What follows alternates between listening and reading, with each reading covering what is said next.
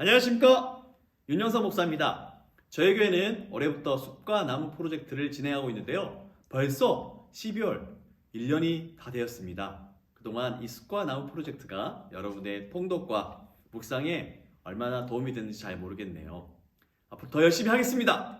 오늘은 12월 15일부터 20일까지 저희는 이제 요엘서를 묵상하는데요. 그래서 준비했습니다. 요엘서 산책 지금부터 시작하겠습니다. 출발! 먼저 요엘서 묵상을 돕는 책들을 여러분들에게 소개하려고 하는데요. 첫 번째 책입니다. 짠! 네, 엑스포지멘터리 선지서 개론입니다. 이 책은 백석대학교 신학대학원 교수님이신 송병현 교수님께서 쓰신 책입니다. 이 선지서에 대한 전체적인 개략을요, 자세하게 또한 다양한 정보들을 잘 정리해서 우리에게 소개하고 있어서 여러분들에게 추천합니다. 두 번째 책입니다. 새물걸 플러스 대표이신 김요한 목사님의 책인데요. 바로 바이블 클래스 예언서입니다. 특별히 이 책의 특징은요, 내용들을 잘 도표화시키고 또한 이미지화시켜서 간략하게 이해하는데 큰 도움이 되기에 여러분들에게 추천합니다. 네, 세 번째 책입니다. 바로 최신 구약 개론입니다. 이 책은 두 분의 교수님이 공저하셨는데요. 첫 번째 교수님은 웨스트몬트 칼리지 교수님이신 트램퍼 로맨 3세이고요. 또 한 분의 교수님은 웨스트민스터 신학대학원 레이먼드 딜러드 교수님이 쓰신 책입니다. 이 책은 구약 개론에 어쩌면 우리에게 있어서 가장 중요한 책 중에 하나인데요. 구약 전체의 내용들을 가장 보수적으로 또한 가장 균형 있게 우리에게 소개하고 있는 책이기 때문에 여러분들에게 소개합니다. 네 번째 책입니다. 바로 안양대학교 교수님이신 김창대 교수님이 쓰신 한 권으로 꿰뚫는 소예언서입니다. 이 책의 가장 큰 특징은 뭐냐면요, 12개의 소선지서를 하나의 큰 그림으로 봐서 미가서를 중심으로 소예언서를 우리에게 자세하게 또한 좋은 정보들을 제공하고 있기 때문에 여러분들에게 소개합니다. 네, 마지막 책입니다.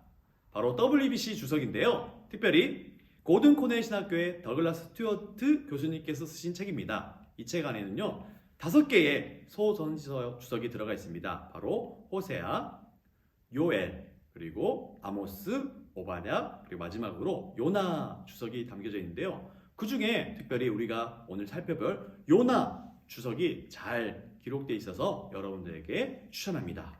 이제 본격적으로 요엘서 산책을 시작하겠습니다. 첫 번째입니다. 바로 저자이죠, 저자. 요엘서는 누가 기록했나요? 요엘이요. 네, 맞습니다. 요엘서는 요엘이 기록했죠. 요엘이란 뜻은 바로 여호와가 하나님이시다라는 뜻이에요. 그런데 구약 성경에서 이 요엘이라는 이름을 가진 분이 12명이 나오고 있습니다. 그런데 이 12명 중에 지금 이 요엘 선지자하고는 관련 있는 분이 아무도 없어요. 요엘서는 선지자의 아버지가 부두엘이었다는 사실 외에는 요엘에 대한 설명이 거의 없습니다. 선지자에 대한 정보가 거의 주어지지 않은 것은 아마도 당시에 많은 사람들이 이 요엘 선지자를 잘 알고 있었기 때문이 아닌가라고 학자들은 얘기하는데요. 비록 우리가 요엘 선지자에 대해 많은 것을 알지 못하지만 그의 활동이 예루살렘을 중심으로 펼쳐졌다는 것들이 바로 이 책 곳곳에 기록되고 있어요. 그리고 그는 성전에 대해 잘 알고 있었고요. 성전에서 드려지는 예배에 관심을 기울이고 있다는 점에서 많은 학자들은 요엘을 가리켜서 성전 선지자 혹은 제2선지자라고 부릅니다. 하나님은 이 요엘을 부르시고 그분이 일으키신 이 자연재해를 통해 하나님의 백성들을 회개로 이끌도록 요엘에게 소명을 부여하셨습니다. 두 번째, 기록 시기입니다. 요엘서의 기록 시기를 정확히 가늠하기는 정말 어렵습니다. 거의 불가능할 정도인데요. 가장 큰 이유는 저자가 자신의 활동 시기에 대해서 침묵하고 있기 때문입니다. 학자들이 제시하고 있는 이 기록 시기는 매우 광범위합니다. 기원전 9세기부터 기원전 2세기까지 무려 700년이나 차이가 납니다.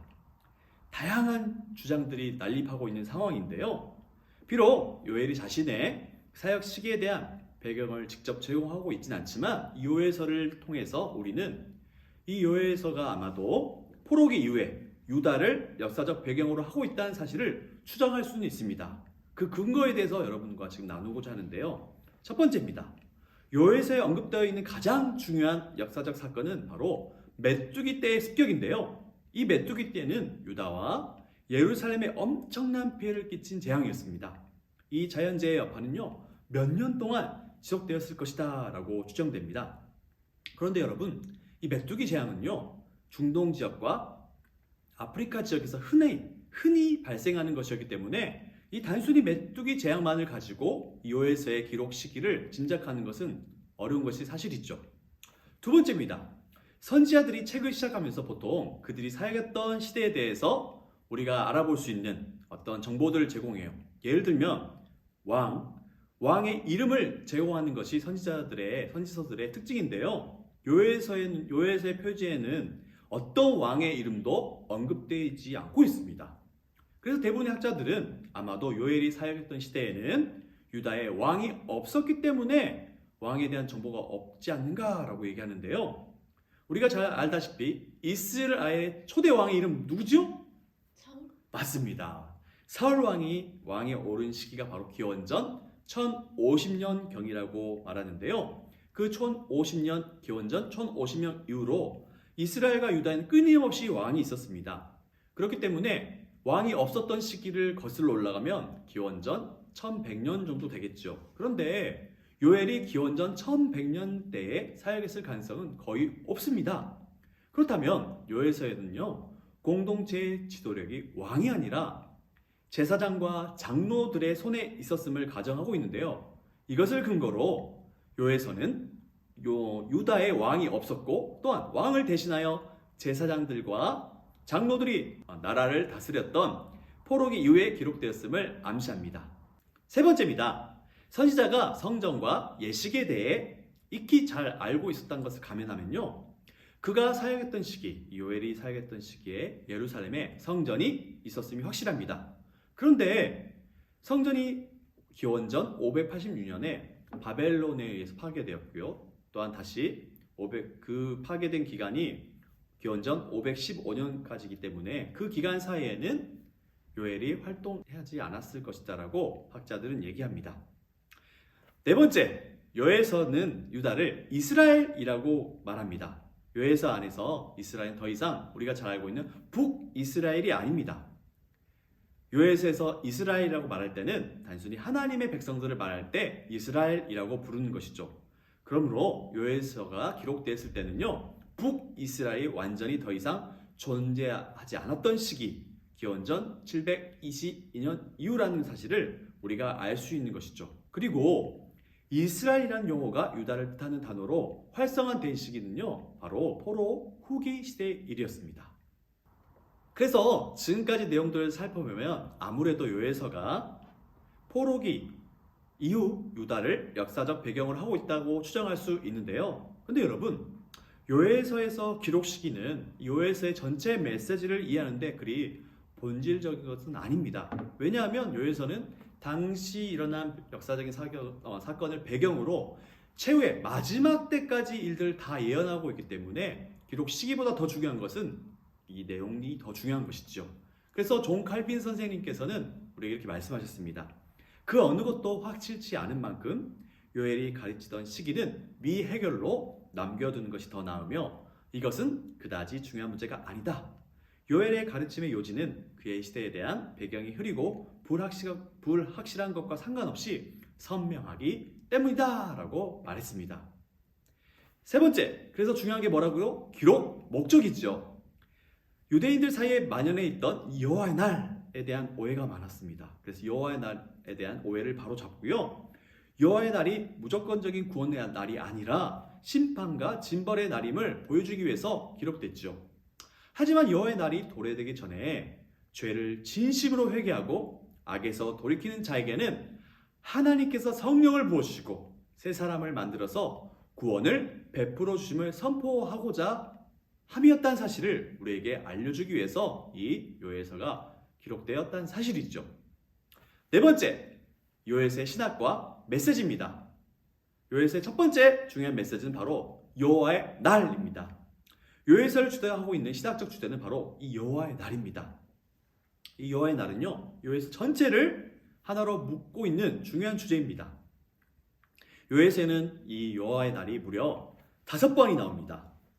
1장 15절, 2장 1절, 2장 11절, 2장 31절, 3장 14절입니다. 이 전반부 1장 1절에서 2장 17절에 나타난 여호와의 날은요, 현재 진행 중인 심판의 날입니다. 그리고 후반부인 2장 18절에서 3장 21절에 묘사된 미래에 다가올 여호와의 날은요, 악인에게는 심판의 날이요 의인에게는 구원의 날입니다. 이 날은요, 종말론적으로 마지막 날에 완전히 실현될 그 날을 바라보고 있는 것이지요. 두 번째 신학적인 메시지입니다. 바로 메뚜기 떼의 정체입니다. 요엘서 1장과 2장에는요, 이 가공할 메뚜기 떼가 등장하고 있어요. 이스라엘은 구약시대 동안에는 주로 농경사회였기 때문에 메뚜기 떼는 재앙이었습니다. 시국이 왕성한 메뚜기 떼들은요, 모든 푸른 초목을 먹어치우고요, 인간과 가축의 양식이는 농작물은 아무것도 남겨놓지 않았습니다. 고대 근동 지방에서 군대를 메뚜기 떼로 비유한 일은 또한 흔한 것이었죠. 요엘 시대의 메뚜기 떼 재앙은 요엘의 예언을 위한 이미지를 적용합니다. 제가 한 가지 사진을 준비했는데 한번 보실까요? 짠! 이 사진은 1937년에 잡힌 메뚜기입니다. 크기가 어마어마하죠? 이런 메뚜기 떼가 이 이스라엘 땅을 뒤덮었다면 어떠했을까요? 엄청난 재앙이지 않았을까요? 그런데 여러분, 작년에 보통 이 메뚜기 떼가 아프리카 지역에 많이 출도하고 이집트 지역에 많이 출도하고 있는데요, 작년에는요, 이 남미 지역을 무려 4억 마리나 되는 메뚜기 떼가 출몰해가지고 많은 피해를 입혔다고 하는데요, 그 영상을 잠깐 보시겠습니다. Increíble. Esto es Del país. Esta plaga que pasó anteriormente por Santa Fe y Formosa se dirige a... ¡Oh, no!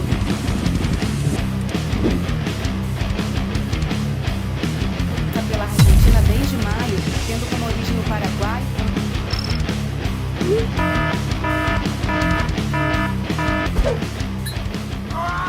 네, 여기까지 보시겠습니다. 어마어마하지 않습니까?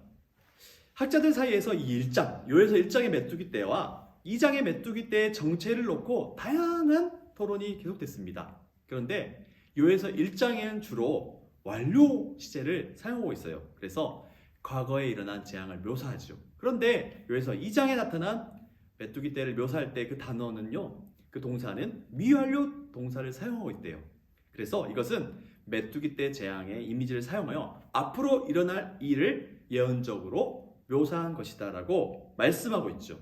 그래서 가장 학자들 가운데 우리가 취할 수 있는 입장은 뭐냐면, 1장의 메뚜기 떼는 자연계의 메뚜기 떼를 가리키고요, 2장의 메뚜기 떼는 이방 군대를 상징하지만 특별히 마지막 때에 이 궁극적으로 2장의 메뚜기 떼는 여호와의 날, 하나님이 직접 이끌고 오실 하늘의 군대를 상징한다는 것이죠. 여호와의 날에 하나님께서 직접 자신의 군대를 이끌고 원수를 심판하시기 위해 전쟁을 벌이실 것을 우리에게 보여주신다고 할 수 있습니다. 세 번째 신학적 메시지는 바로 회개입니다. 회개. 거룩한 하나님께서는요, 자신의 백성들의 죄를 그냥 관과하실 수가 없으셨죠. 그래서 요엘 선지자는 메뚜기 재앙이 발발한 것 속에서 이스라엘을 꾸짖으시고 회개하도록 만드시는 하나님의 그 손길을 보았습니다. 이 메뚜기 재앙은 이스라엘이 회개하지 않을 경우에요, 훨씬 더 파괴적인 군대가 이 나라를 침공할 것에 대한 경고였습니다. 그러나 하나님의 주권은 이스라엘에게만 국한된 것은 아니죠. 요엘은 그 여호와의 날에 악에 대한 보편적이고 종말론적이며 결정적인 우주적 전쟁에 대해서도 그리고 있는 것입니다. 임박한 심판의 날을 피하고 구원받을 수 있는 유일한 길이 있습니다. 그것은 바로 하나님께서 말씀하신 그 회개의 요구를 받아들이고 금식하며 악행에서 돌이키는 것 뿐이었습니다. 회개는요, 종교적인 외적 행위가 아니라 인간 내면의 변화, 곧 인간 존재의 근본적인 변화를 수반하는 것이었습니다. 그렇기 때문에 회복을 위해 필요한 것은 회개입니다. 회개. 요에서 2장 12절, 13절 말씀을 한번 제가 세번역 성경을 읽을 텐데요. 지금이라도 너희는 진심으로 회개하라. 나 주가 말한다. 금식하고 통곡하고 슬퍼하면서 나에게로 돌아오너라. 옷을 찢지 말고 마음을 찢어라. 주 너의 하나님께로 돌아오너라. 주님께서는 은혜롭고 자비로우시며 오래 참으시며 한결같은 사랑을 늘 베푸시고 불쌍히 여기는 마음이 많으셔서 뜻을 돌이켜 재앙을 거두기도 하신다. 만일 하나님의 백성들이요 진심으로 전심으로 온전히 회개하고 돌이킨다면 하나님께서는 자기 백성을 불쌍히 여기시고 먼저 그들을 위해 의의 교사를 보내주실 것이다 라고 지금 요엘 선지자는 말하고 있습니다. 네 번째 요엘서의 신학적 메시지는 만민에게 성령을 부으시는 하나님입니다. 구약에서 하나님의 영은요 주로 힘을 주고 능력을 주는 영이었습니다. 모세는 민수기 11장 29절에서 여호와께서 그 신을 모든 백성에 주사 다 선지자 되게 하시기를 원한다 라고 말했습니다. 하나님께서는 의의 교사를 보내신 이후에 이어서 성령을 모든 회개한 백성에게 부어주실 것이다 라고 말씀합니다.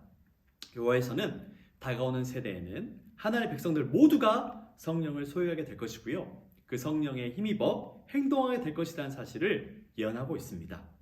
성령에 대한 요엘이 전한 이 말씀은요. 1차적으로 사도행전 2장 그 오순절에 임한 성령님으로 성취됐죠. 그리고 이 오순절 사건은 교회가 출발하고 태동하는 데 있어서 결정적인 사건이었다고 우리가 알고 있는 것이죠. 다섯 번째, 요엘서의 구조입니다. 요엘서는 크게 두 개의 구조로 되어 있습니다. 첫 번째 전반부는 그 하나님의 심판을 경고하고 있는 1장 1절에서 2장 17절의 말씀이군요. 두 번째 후반부는 2장 18절에서 3장 21절까지의 말씀입니다. 그래서 크게 두 개로 나와 있다는 것. 전반부는 하나님의 심판, 후반부는 하나님의 구원. 그리고 특별히 시점이 중요해요.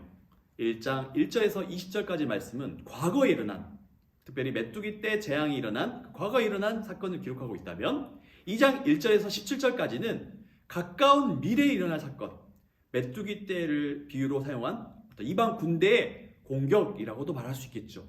그리고 마지막 2장 18절부터 3장 21절까지는 먼 미래에 일어날 그 하나님의 심판과 또 회복에 대한 말씀들이 바로 기록되어 있습니다. 여섯 번째, 신약으로의 접근입니다. 첫 번째, 예수 그리스도는요 바로 요엘에 말하고 있는 의의 교사로 이 땅에 오셔서 하나님 나라 복음을 우리에게 가르쳐 주시고 십자가에서 하나님의 구원을 성취하시죠.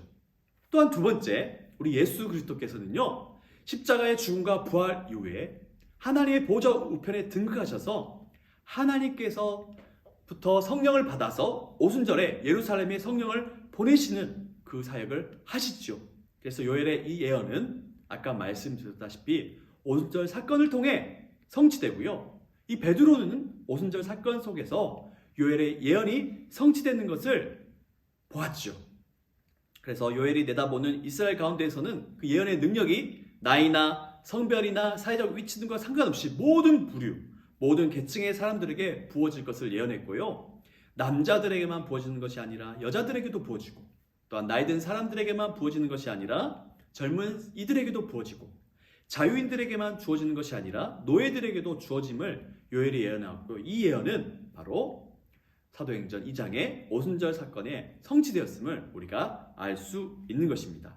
세 번째, 요엘은요 요엘에서 2장 32절에서 주의 이름을 부른 자는 구원을 얻으리라 라고 말씀하고 있습니다. 여기서 주님은 여호와 하나님을 뜻하죠. 그런데 바울은요 로마서 10장 9절에서 13절 말씀에서 유대인이나 헬라인이나 차별이 없습니다 라고 주장하면서 누구든지 주의 이름을 부르는 자는 구원을 받으리라고 말합니다. 근데 여기서 구약 성경에 나오는 여호와 하나님이 바울은 신약에서 예수 그리스도의 이름에 적용하고 있다는 사실을 우리가 알 수 있죠. 곧 예수 그리스도의 이름을 부르는 자는 누군지 구원을 얻는다는 사실입니다.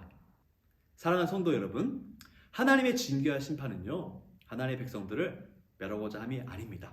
오히려 죄를 회개하고 잘못된 길에서 돌이켜 새로운 하나님의 그 구원의 복에 참여하게 하기 위해서 있죠.